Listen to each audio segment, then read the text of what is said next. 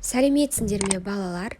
Математика пәнінен бірінші сабақ 2 таңбалы сандардың құрылуы, ондықтар мен санау тақырыбын өтеміз. Балалар, бірінші тапсырма қарақшы. Бірінші тапсырма. Натурал сандар қатары дегеніміз не? Бірінші сыныпта алған біліміңді есіңе түсір.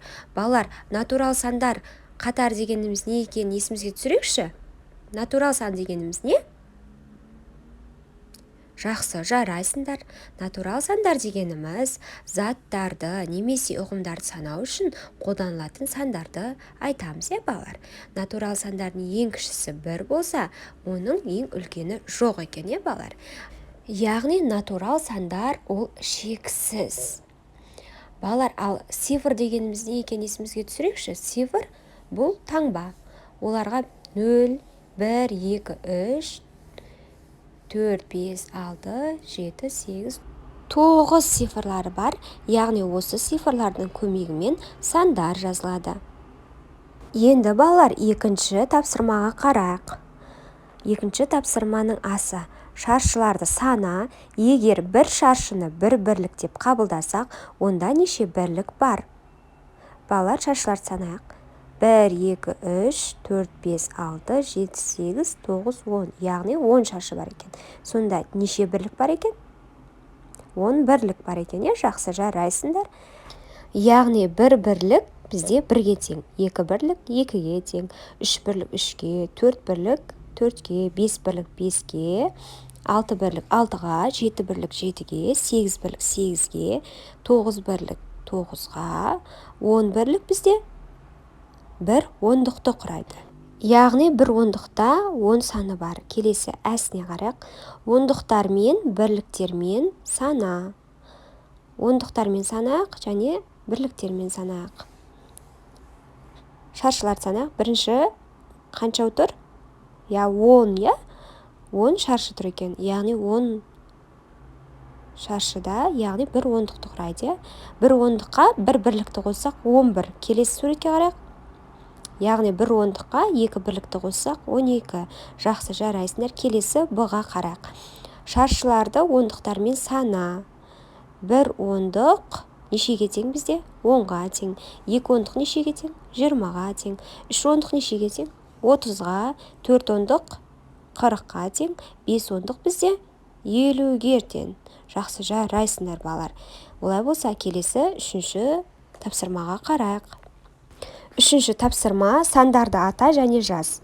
Үлгі бойынша дәптерімізге әдемілеп жазамыз, есепті қатесіз шығарамыз. 3 ондық 8 бірлік бізде 38-ге тең. Ал 5 ондық 6 бірлік бізде нешеге тең? Жақсы, жарайсыңдар. 56-ға тең. 6 ондық 9 бірлік 69-ға тең. 9 ондық 7 бірлік бізде 97-ге тең. Келесі 7 ондық 8 бірлігіміз 78-ге тең. 8 ондық 5 бірлігіміз 85-ге тең. Ал 41 бірлігіміз бізде 41-ге тең. Жақсы, жарайсыңдар. Балалар, ережені есімізге сақтап алайық. 2 таңбалы сандар, яғни ондықтар, екінші разрядтың бірлігі болады. Ал бірліктерден бірінші разрядтың бірлігі құралады. Есімізден шығармайық. 2 таңбалы сандарды солдан оңға қарай оқиды. Алдымен санның ондықтары, содан соң бірліктері аталады. Жақсы, жарайсыңдар. Олай болса, келесі есепке қарайық. 4-ші тапсырма. Әр суреттегі заттарды сана, неше ондық және неше бірлік зат бар. Балалар, суреттегі кітаптарды санайық. Неше кітап? 10 кітап, яғни 10 санында неше ондық бар? 1 ондық бар және 2 бірлік, сонда 12 болады. Келесі 3 ондық 3 бірлік, сонда 33 болады. Жақсы, жарайсыңдар. Балалар, олай болса, келесі есепке қарайық.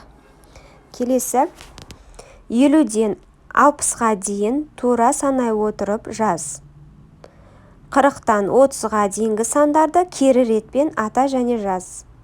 Балалар, 50-ден 60-ға дейінгі сандарды санайық және жазайық. 50, 51, 52, 53, 54, 55, 56, 57, 58, 59, 60. Енді 40-тан 30-ға дейінгі сандарды кері ретпен атап жазайық. 40, 39, 38, 37, 36, 35, 34, 33, 32, 31, 30. Енді осы сандарды дәптерімізге жазамыз. Балалар, 100-ге дейін неше екі таңбалы сан бар? Жақсы, жарайсыңдар. Балалар, бірінші жүздікте неше натурал сан бар деп ойлайсыңдар? Дұрыс айтасыңдар, жақсы. Олай болса, келесі есепке қараймыз. Қалып қойған сандарды ата.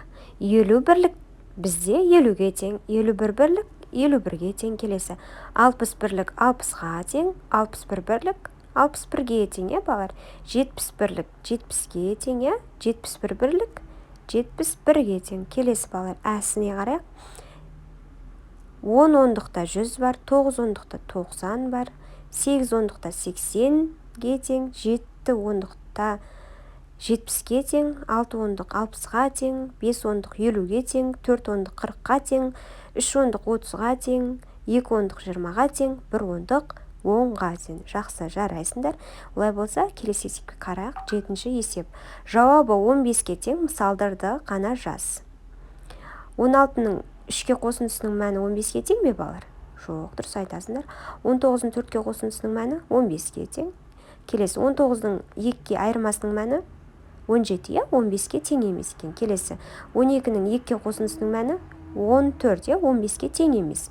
Келесі 13-дің 2-ке қосындысының мәні 15-ке тең. Жақсы, балалар, енді осы есептерді дәптерімізге жазып аламыз. Жақсы, жарайсыңдар. Олай болса, келесі есепке қараймыз. Тапсырманы орында. Сандарды 20-дан бастап 1-ге арттырып 40-қа дейін өсу ретімен ата деді. Ал 20-дан 40-қа дейін өсу ретімен атаймыз, 20, 21, 22, 23, 24, 25, 26, 27, 28, 29, 30, 31, 32, 33, 34, 35, 36, 37, 38, 39, 40. Жақсы, жарайсыңдар. Енді балалар, сандарды 30-дан бастап 1-ге кеміте отырып 10-ға дейін кему ретімен ата.